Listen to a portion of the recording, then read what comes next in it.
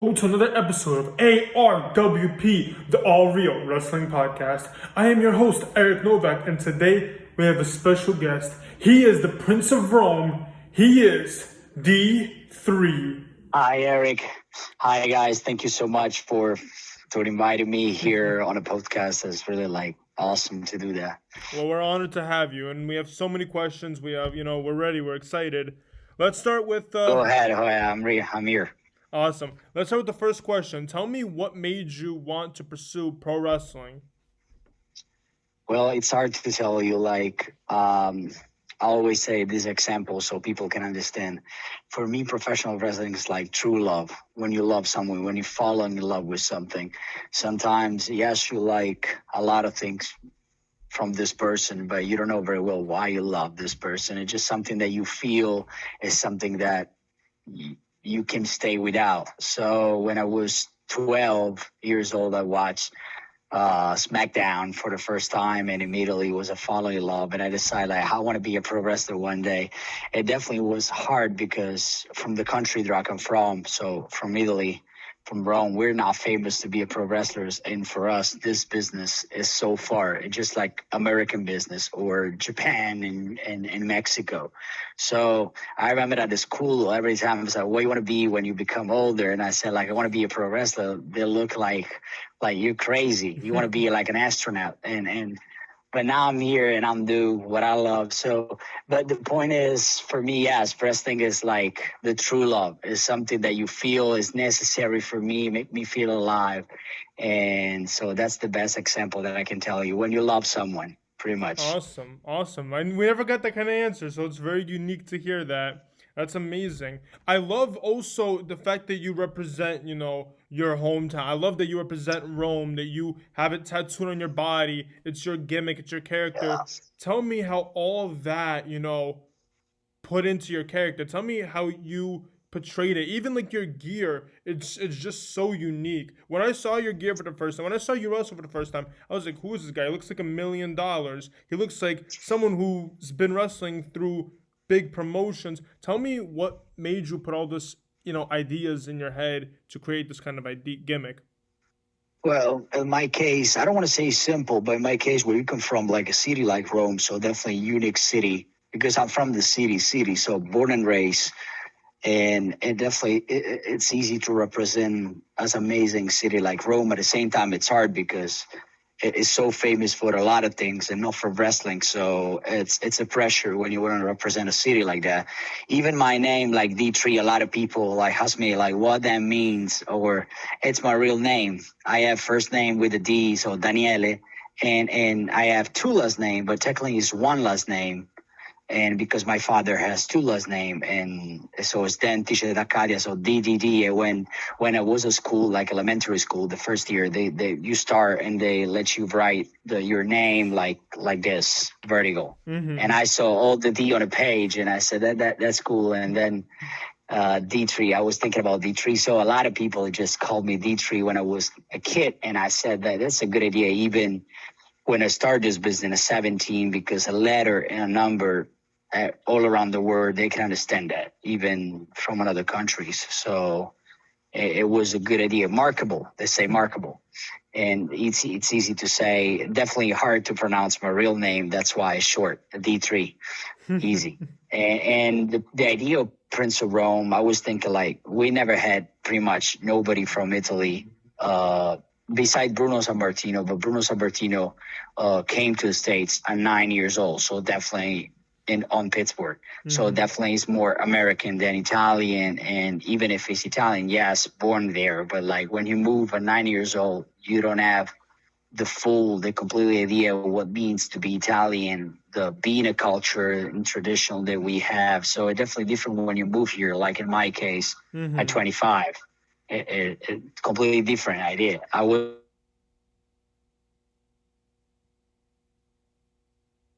new family here and anybody. So I moved by myself just to follow my dream, to keep doing my dream. I started in my country. So the idea of Prince of Rome, I was thinking about that. And it doesn't exist anybody. And I'm come from a city that a lot of people tell me oh, I wish to be to be from Rome or to visit Rome. And I was thinking like maybe it's a great idea to bring something unique. And then we have a unique culture like the Roman Empire, and it was, a big impact in the world and the history in the past. And the gladiators as the original wrestlers pretty much is the same idea. So even aesthetically, like bring that kind of gear, like a gladiator gear. And it was a good idea. Of course, I always say that I don't bring I'm not a gladiator 100% because it's just like something that I take, but I represent myself. Mm-hmm. So it's a modern gladiator pretty much, is a new gladiator in 2020.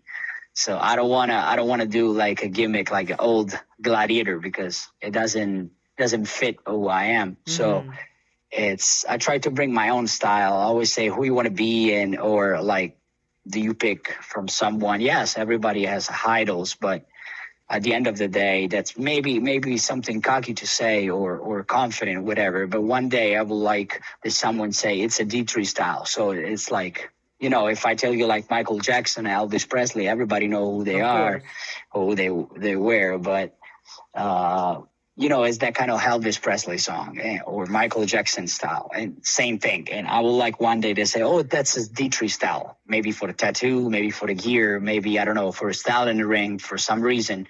And nothing at the same time be an inspiration for my country because I started wrestling in my country. Mm-hmm. So I know how hard it was to do for the Italian professional movement to be at this level because nobody competed in indie before, nobody did Raw before, nobody did All Elite Wrestling or whatever. So nobody pretty much were in this business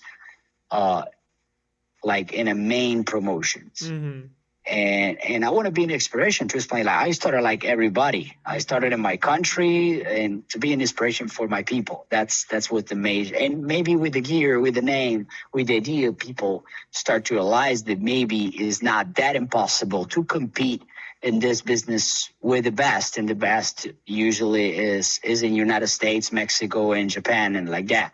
So pretty much that's the story. That's the idea of the gimmick. It's amazing because, like I said, I have never, and I have been a wrestling fan for a long time, and I've never seen the gimmick to this point. Like, it's, like I said, it's tattooed on your body, it's who you are. I know I've seen a lot of your work. I know you put it on your hair, you like write Rome on your hair. I know you do that. Yep. You put such a big impact, like a big deal on your shoulders, and you go there all the time, and your gear is just part of it. Like, when I saw your gear, it didn't look like normal wrestling gear, and it didn't look like anything that you'd find at a gift shop wrestling match or at like one of those little flea market stuff. That was like high end. I immediately was like, this guy's gonna be a star. This kid has a gimmick, a story to tell. There's much to do and there's so much else to see. Speaking of that, I've looked at a lot of your work and I know you're still wrestling even right now during the pandemic. You had some matches with no audiences. I've seen that. You're a champion currently in some places, if I'm not wrong, right? Yeah. Yeah, see, Yeah, 2.0. Yeah, but it matters. It matters. Championship doesn't matter that much. And yeah, thank you so much for that you like the gear. That's the best thing. I like it that the people, because in this world, even if not, it's not the right thing, but the first impression, it really matters. Mm-hmm. It's not everything because you have to be deep inside and you have something to bring. Absolutely. So what you have inside matters. But before the people start to know who you are, of course, in the wrestling business and in general, the look and the first impression matters. So that's why I try to be unique and try to be professional because that's my job. And one day, if I want to be a top star, I have to compete with the best one. That's why in every single aspect, you have to think and try to be better in every single aspect. So looking and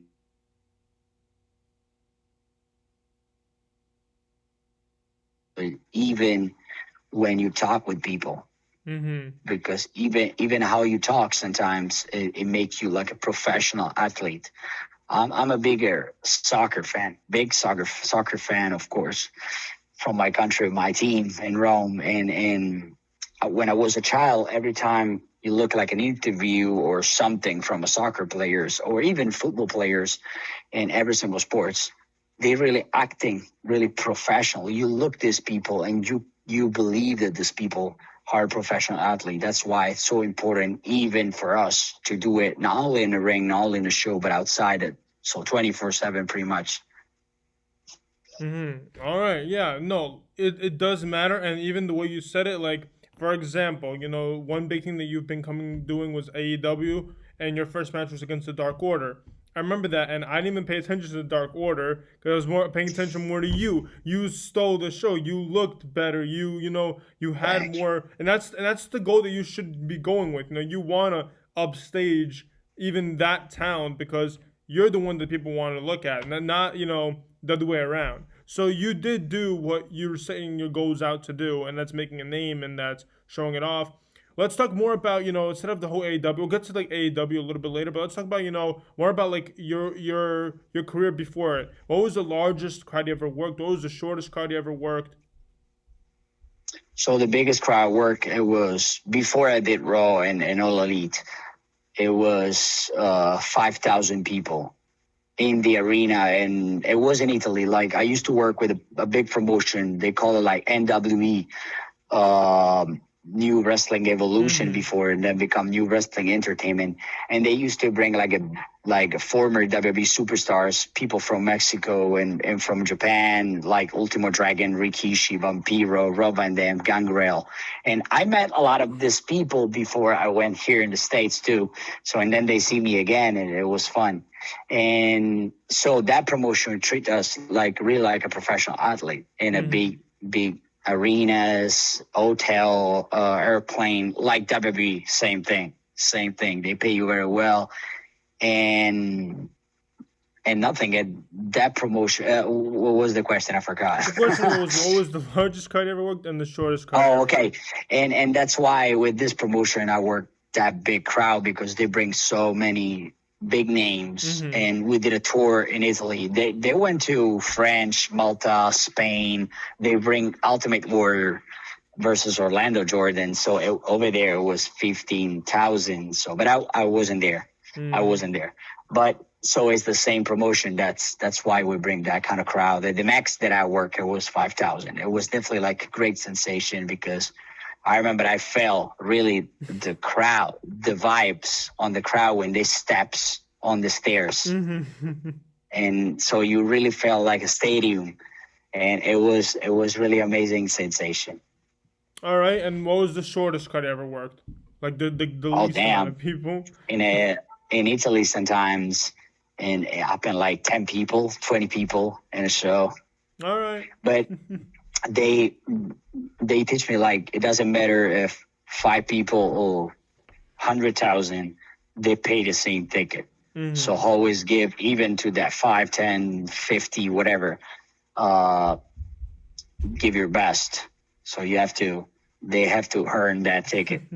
Of You know course. that's the point. So that pretty much it doesn't matter, and it helped me with the pandemic right now because now they start to bring fans, but even when you work with AW, just the roster Mm-hmm. around. So or if you do like a tryout, so for me it was the same. It's not a big deal because All right. it's the respect for the fans. Even if five people went pay the ticket, so you have to pay respect for what they did it, and our respect it's make a show. Of course. All right. Well, tell me about, what was a moment in your career other than like Raw. It could, I mean, or it could be. I don't want to take anything away from you. A moment in your career that But really made time stood still. Like a moment that you will always look back at where it's like this was my greatest achievement so far. I don't have just only one. I can tell you like A I don't want to few. say many, Go but ahead. Yeah. few. No. This is yeah. Like definitely working for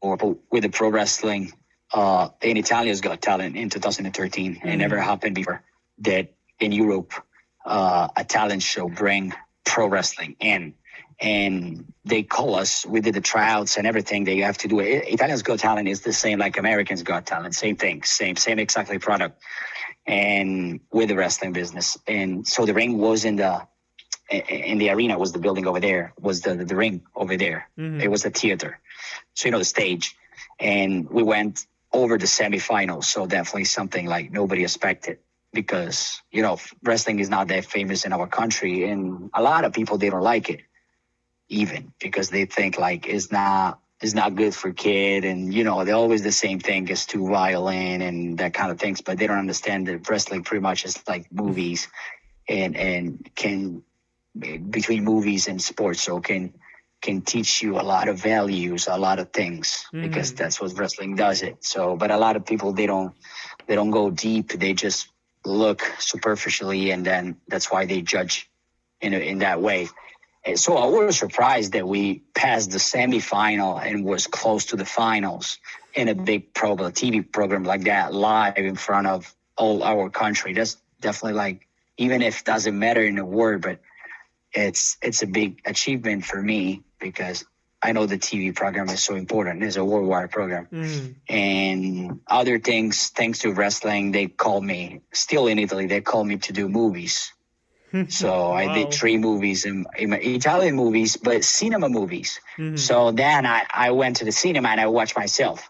And that was fun, because, when you start this business, you don't think stuff like that. It's still weird for me when the people like see me as an inspiration in my country of kids, because I was a kid too, and with a dream. So it still looked awkward at one point, but that was definitely something that wrestling gave me. Without wrestling, I wasn't able to do movies too. Is another good achievement, because definitely the first movie that I did, it was at 19 years old, then another one at 21, and then at 24. So it definitely, it was good. It was good. It was a great experience, and it was fun to work in with the cinema business, entertainment, and of course, when I started working outside, so in England, and then train in Mexico with a Mexican luchador, it was Supernova. So it is the son of El Tejano. So the older brother is El Tejano Jr., and then he's the younger son. And so he teaches me like a lot of things about the respect, the tradition that in Mexico have for pro wrestling, like the lucha libre. What lucha libre means for Mexicans, and it helped me so much. He trained me like a lot, and teach me so many things about career, like a lot of things like that. So I can tell you a lot of achievement, definitely like working constantly in the United States, without have any parents here. So by myself. So that's another achievement, even if not achievement like, is championship or nothing like that. But when you're working like for now is 7 years in this country, pretty much everywhere. I started to live in New York, so all the east part, northeast, and then now in the south, then they bring me to Nashville, in the Midwest, Alabama. So working a lot of states, and then be able to do 3 times matches in WWE, 2 matches in AEW. That definitely is good, because you have to see where you start. And we start, for us, 10 years ago, be in this country and compete with United States promotions and big companies like WWE and AEW. It was a dream. So it was like nobody was thinking that someone from Italy even be like an extra talent over there. So it's definitely did it. It means so much. It means that we can do stuff. If you work so hard and you humble, it doesn't matter what you do, you still work and you show your talent, then in life, sometimes you can win, sometimes you can lose, not only in wrestling, but in life. Sometimes something can go in a good way and sometimes not. But if you did your best, no regrets. That's the point. And that's is my life. I don't want to have any regrets. So it's not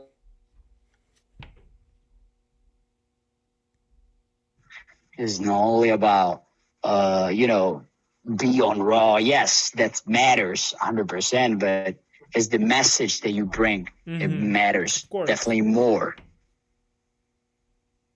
Of course. All right. So tell me, you told me a lot of your achievements, and I agree with you. I agree with you almost on everything. It doesn't have to be about a championship. It doesn't have to be where you were. It's what you've done to get you this far. That's a lot of achievements. Tell me more about how someone like you. I just want to know like the story of how you got the opportunity to wrestle for Raw and for AEW. So however you want to start, you can. But tell people how like Raw found you or how AEW found you. How did you feel? What was the setting like? About Raw, and when I moved down here, I started working with WXW, and Alpha like saw something in me, and I thank Alpha for that because every single time he pushed the WWE talent relation to to bring me there as an extra talent, and then he told me like, son, I don't know if they let you work, but you go there. That's for me was fine. So that's how I went to WWE because Alpha put me over there as an extra talent. And then one day, it was last year in July in Tampa, they like one referee told me like you have a match tonight. Okay. And I knew it that nobody did it from Italy. So for 1 second I was nervous. It was packed. The arena it was full. It was not like now. It was like a real crowd, and it was Monday Night Raw. It was a row with the legends. So Hulk Hogan was there, Stone Cold, and all these legends. It was Raw Reunion, I think that was the name of Raw Raw. 20, So Raw even 25. yeah, I did Raw Reunion, and so even with the legends like that, so Ric Flair and these people, so I said, okay, I have to do it. But so I was nervous in the backstage, but then when I was in a gorilla, so before stepping in the stage in the ring, I was thinking like pretty much I do this for 10 years and I know how to take bumps. I know how to entertain people and to be there. Like it's nothing to be scared. But yeah, of course you have pressure because first time on Monday Night Raw, and I knew it that the day after, all the national newspapers in my country, all the people over there, fans on medias, will talking about that. I knew it. That's why I was nervous for seconds because I want to do like a good impression, even as a squash match or whatever you have to do it. But I want to do my best. And so I started talking in the backstage with Rey Mysterio that it was my idol too at the same time. So that was funny. It was nice when it was my idol. So I watched him on the TV, and then after 10 years or maybe more, you working on the same show. Yeah. Not against him, but on the same show. So definitely it means that like achievements. Like it means that you did something. Like so you did a good path for now. And he told me like even if they give you like 2 minutes, 3 minutes, 5 minutes, whatever they give you, do your best. Make them stand up on the chairs for something, for some details. It could be a good selling, it could be a good expression, a face, something. Just do your best. And I tried to do my best. And I think it was good to be that kind of match. And nothing. That was how I started. And then they called me back every single time on NXT and when they was here with Raw SmackDown. So they called me in October for NXT. I work over there in a tag team match. And then in November, they called me to go in Boston and to be on Monday, right? Raw in Boston. I didn't know that if I work or not. So they booked me like an extra. I went there, and then they picked me for the match in November. It was a week before my birthday even too, so that was nice. November 18th, and against Eric Rowan, they involved they involved the 24/7 title in, so it was fun, and everybody were really nice with me. All the talents, people on the back were definitely really professional. And of course, in the beginning, like you have to listen whatever they wanted. I do whatever they wanted. They pay me for that, and so I have to make them good. I will do my best to make them good. That's how pretty much start with WWE, all the connection that I had and the feeling that I had. And so in pretty much from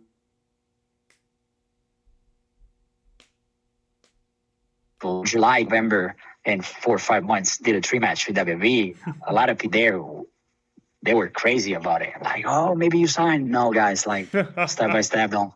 They were so excited about it. You know, And it's I say, no, don't worry amazing. about it, guys. Like, we don't know anything yet. Like, it doesn't work like that. It's not that easy, but of course, it definitely means something. Like, Hmm. maybe they like how you sell or whatever. And then with the new year, yeah, you did call me back for NXT Live, but they never used me because they said, like, if you don't have a match, we don't want to use you as a security or doctor because you don't look like.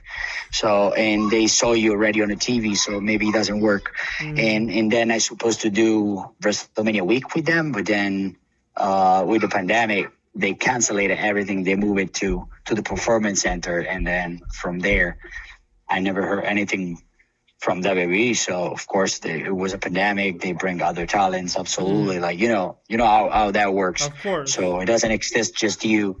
And then AEW booked So me for the pandemic period. before we get to AEW, I do want to like talk about the WWE for a Yep. second. I love how you brought up like all the news reports are gonna come in for Raw because the most recent thing I saw was a lot of articles talking about your AEW report. I saw so many like articles and so many things from like Italy that like brought you up in AEW. So I do like I do understand how big that must have been for you to be on Raw, to be on this. And also, the major question that I have is like, when the pandemic is over, are you gonna try to contact WWE again? How does it work when you had the connection? It falls, but when things get back up, is your goal to do a tryout? Go to like, or are you wait? Are you past that already? Are you past the like NXT tryouts, the Performance Center? Like, because I'm trying to figure No, out. I never did the 3 day tryout. So Mm-hmm. the main tryout, I never did that. And of course, I always say that, like, it doesn't matter where you work, but never close any doors. So of course, it's good to be in contact with them, and if they let me do a tryout, of course I would like to do it. At the same time, if you're still working with AW or even in Japan or other countries, like, I don't limit it myself. I don't have to sign just with WWE, or I don't have to do a tryout just with them. Like, Mm-hmm. my dream is just to make an impact in this business, try to bring my name up, and they might keep my name in this business, in a history of this business, and to be most important, be an inspiration one day from a country. I would like that one kid one day, with my story, maybe get inspired and believe in whatever kind of dream they want to do it. You know, that's my main thing. I want to be remembered one day. That's the point. Awesome. So then if the name is WWE or whatever, it's pretty much, it doesn't matter for me. All right. It Okay. matters, of course, but I would like it. Yeah, of course. If there is any chance to do their tryout, yes. I try to keep in contact with them, to text them a few times or send an email to be available if they need me. Then if you're available, then if they want it, you can go back and do your extras work, or whatever they want to do with Mm-hmm. you. If not, move on. And there's so many places, and there's so many opportunities in this world, so don't limit it yourself. That's my point. It doesn't exist just one place now. And even if you want to do something else, not just pro wrestling, it exists so many things that you can do when you are a pro wrestler. Then why limit it yourself? Of course. All right. Yeah. So now, I'm sorry to cut you off. Now get into how you got contact with AEW. How did that all play out? With the AW, I used to work with one talent from there, and one of the main guy used to have a promotion in Georgia. I used to work in Georgia too, so I always keep in contact with him to ask him advice or send in my matches. He criticized my match or feedbacks, so I always was in contact with him. Mm-hmm. And this guy sent me a message the first day that they did the AEW with no crowd. Mm-hmm. So the first day pretty much of the pandemic, and if I want to be there, if I'm able to work. And with the situation, we didn't know, they didn't check if you positive or negative, nothing like that. We didn't know very well how that virus work. Mm-hmm. Hey, I have a daughter, so I said, like, I don't think it's fair to be selfish and take a risk, and maybe I can affect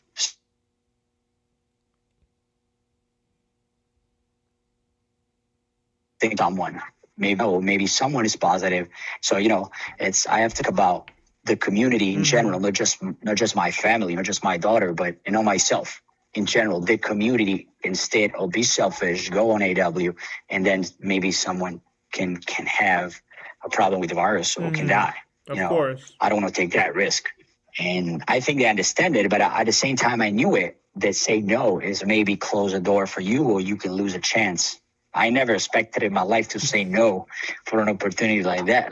But for one time in my life, I don't want to be a selfish. So that's why I said like, no.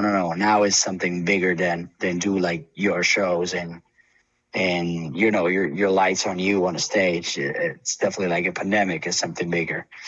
And I say no. So I didn't expect that they called me back like 2 weeks ago, 3 weeks ago. They called me back. Do you want to do it? Yes, of course. Now we have all the restrictions. They do that. That's awesome. In WWE and AW, they do the test before you go in. So every single person work for them before jumping the building. They have to do the test. If they're positive, they send you home. If you're negative, you jump in. So everything is so professional, and I like it. That's really it's really good how they care about athletes, both of them. So they text me and I said like, yes, I'm coming immediately. So tell me where, when, and nothing. We did like probably August 12, August 13, the tapings, filming the tapings. And then, I did the 2 matches on 2 days. So that was nice. And even with they don't give you like too much time, but it was good that they give you entrance. They keep your name, like your original name. You can write your information, tell to the commentators achievements or stuff that you want to say. They can say that on a comment. So that's really nice because it means that the career that you did before you step there matters. Not just that you are named there, but even the entrance, they keep your entrance. I really like it. They take care about you, even if you have it just 5 minutes. So that's really nice. Personally, I really respect that. I like it. And nothing. And then I keep in contact with them. So in case and they need me for the future, or of course now the goal is probably work constantly with them. And that's the goal for now. But like I said, like it's pretty much is not limits. So when this pandemic is done, and the airports open back or whatever, and I would like to come back in Mexico to my trainers for, I don't know, a few weeks or maybe a few months. Let's see. So, it's, of course, you try to push in one direction, but then I think if you work hard and if you do your best, and pretty much you can pick something one day. That's the point. It's if you knock 100 doors, one of the doors open. Or you get tired before. But that's the point. That's my philosophy in life. And one guy told me something really nice. And you're the guy that never accepts no as an answer. Like, that's pretty much is like this. Even to tell you no, like I keep pushing. One day I will do something. That's pretty much the philosophy that I have. Awesome. I love ending it on like one of those notes for people to think about. I know you told me you wanted to end it short. You wanted to end it by like 5:45. I remember you were telling me. Yeah, we can do a 5 minute, like other 5 minutes, and then unfortunately I have an appointment, so I have to go. And today was crazy. I did like 2 interviews already. Oh wow! It's when you do like stuff like that, it's good. I'm happy about it. It's not complained, but you have to manage your time, even with trainings and other stuff, because at the same time you still do your trainings, your shows, but even with my country, so I do both interview in English, but I have to do interviews and stuff even in Italian, and that's why. So today I did an interview before, and this is the second one. Now 6, I have another appointment. So it's like this, but no, it's my life. It's good. All right. We can do another question if you want, like whatever you want to do, like 5 minutes. I can stay like I'll, 2-3 minutes I'll more. ask a few more. Yeah, no problem. I just don't know how long you want to be up. All right. Well, my next question is, because you went through so many places. Have you ever? And again, I don't think you should be, but have you ever wanted to be a luchador? Talking about how Rey Mysterio was like one of your role models. Did you ever want to be a luchador or follow lucha heritage? Mm, no, no, I never thought to be a luchador personally. Of course, I like the style, and with my style, maybe I pick something. But I had trainers with complete different heritage, like Mm-hmm. old school in the past. Even in when I started in Rome, my trainers they went to the Killer Kowalski school in Rudy Boy Gonzalez. So definitely like complete different Of course. academy, complete different basics. Definitely not. The only one that trained me like a luchador was Supernova. So definitely I learned a lot of technical wrestling, a lot of chain, a lot of Mexican style, and I like it. So I try, and then Alpha, and then Tommy Dreamer. So completely, if you see it, the names are completely different style, and so I try to mix everything that I learn and everything that fit with my character too, and my body at the same time. You have to be honest with yourself. Even if you like something, it doesn't fit with you. You don't have to do it. I never thought to wear a mask or be a luchador because for me, be a luchador having a mask is such a respectful thing, and if you don't have any main reason, maybe it's better to don't wear a mask. For them, it's really like a religion. Exists a reason why they wear a mask. Maybe the grandfather passed the mask or the father. So it's like Mm-hmm. this, and I don't have this reason. And maybe because I like to put my face on a stage, so it's something like ego too. I like to put my face That's at the same fine. time. So That's I don't fine. like to. I'm honest. I don't like to cover my face, but mostly because I don't feel that I have this honor to wearing a mask. Maybe I don't know if someone, if Rey Mysterio was an example, like pass you the mask is another story, but no, in my case it never happened, so I never tell All right, personally. not a problem. I just, because I get the story about, how you become turning to wrestler at the age of 17. When you're young, like that, they want to put a mask on you because they don't want to get in trouble that, they have someone. There's a lot of stories with like starting out as a wrestler, they don't want to see that your actual age. So they put a mask on you to make it look like you're older than what And you in are. my so I started 17 train, but then I was waiting for 18 to do my first match because in my country it's illegal to fight Mm, before or even if my father like give me the permission, like I I never did nothing illegal like without my father permission, but you have to wait 18. So I start my first match. It was August 1st mm-hmm. of 2009. So definitely like 11 years ago. All right. So yeah, It's so amazing that you I remember was that. It's amazing that 18. you I was remember 8. that. All right, No, 18. no, they told me immediately like, no, no, you have to show your face. You have a nice face, like like a baby face. And a lot of people they think that I'm better as a heel. That it's a lot of whatever is fine. Like I can be a good heel and a good face. And but I don't know why a lot of people probably they don't like me immediately, so that's why they think you're a heel.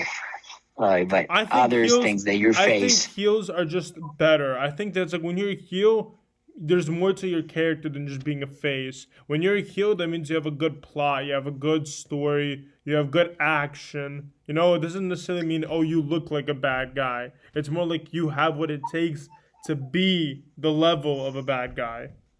Yeah, like an asshole, pretty much. That's a lot of people say that, like an asshole, like a cocky face.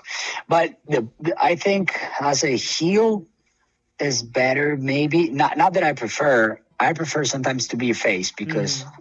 I consider myself like a face in life. So because I have a good message to pass to people, I like to stay around, the kids and Of and course. and be really nice with the fans. But I think as a heel, for the hard that we do, is better because you can use more creativity. With the promos or with the stuff, you can work more on that. Mm-hmm. You can pass the edge. As a face, not that much because you still have to be respectful. It's so limited yourself if you have a lot of creativity ideas. That's Mm-hmm. that's why maybe as a performer it's better to be a heel because usually the heel guide all the stories. So even in the movies it's like this. The heels usually they're more creativity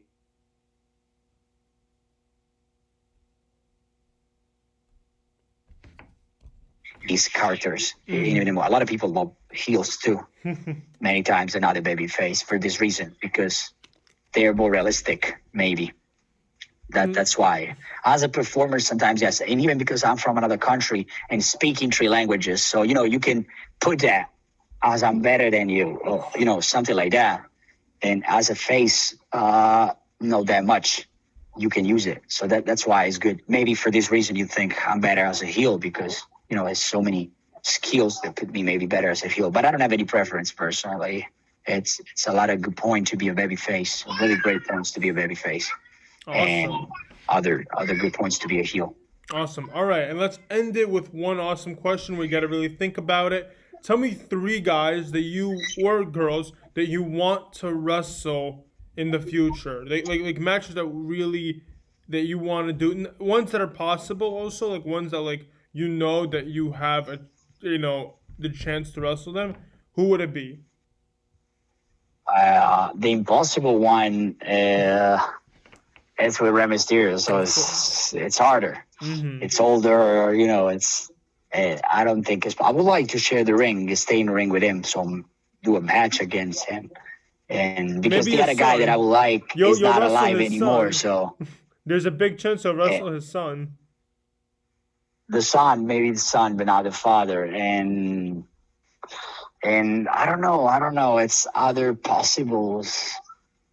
I don't know. There's so many guys talented and it's hard to pick just few. I don't know. I like so many wrestlers in general, not just the AWWE. It's a lot of people, even outside in other countries, that they really like good wrestlers, talented wrestlers, and I would like to step in the ring with them. So it's hard to pick few names, but impossible matches, I can tell you like Eddie Guerrero, Rey Mysterio, and The Rock. That's the impossible matches. But awesome. So two of them is impossible. One is close to impossible. So it's a dream. It's a dream. All right. Well, thanks so much for being on. Where can people find you on social media? Tell everyone where they can support you, buy your merch, everything. Yeah, I have my personal merch website. So it's official D3officialmerch.com. So if they type D3officialmerch.com, it's my personal web shop, and they can go there and buy whatever they wanted. Even my bio, they can find everything over there. And Instagram is D3Roma, so D3 ROMA on Instagram. But if in every single social, even Twitter, if they tape like Prince of Rome D3, appear immediately my name. So don't ask me like the personal like the request on my personal page, because I don't have any spot available. I finished the 5,000 already. So fan page Prince of Rome D3 on Facebook, Instagram D3 Roma, and Twitter Prince of Rome D3, and they can find me. Awesome. All right. Thank you so much for coming on. Thank you everyone for listening. Thank you, man. We'll see you guys next time. Thank you, really. Of course. Thank you so much. Bye, man. Bye-bye. Hey, thank you for watching till the end. I appreciate it. I hope you guys enjoyed that video. I love to hear all your comments. So please lay out a comment. Tell me what you think. Tell me who you want me to interview next. Tell me what I did good, what I should work on. Tell me everything. I love your feedback. Thank you for always supporting me. Thank you for always following. Thank you for watching these videos. It means the world to me. I do this for you guys and, of course, myself. We are all wrestling fans. This is what we all want to hear and just listen to their awesome stories, what they have to say. D3 is a phenomenal talent. He looks like money. He acts like money. He is money. And he has been wrestling on AEW Dark for a while. I can't wait to see what else he'll be doing. I cannot wait to see what else D3 will start working with. It's amazing. We've seen him on WWE. We've seen him on AEW Dark. We don't know where else we'll see him next. It could be Impact. It could be ROH. It could be anywhere. Everyone go check him out. All his information is in the bio below. All my information is in the bio below. Please like, comment, subscribe, and share with all your friends. I cannot wait to announce more videos. I got a really big one coming up. Bound of Glory weekend. Look for it. Enjoy it. He is awesome. He has not done many interviews. I am super excited to have him on.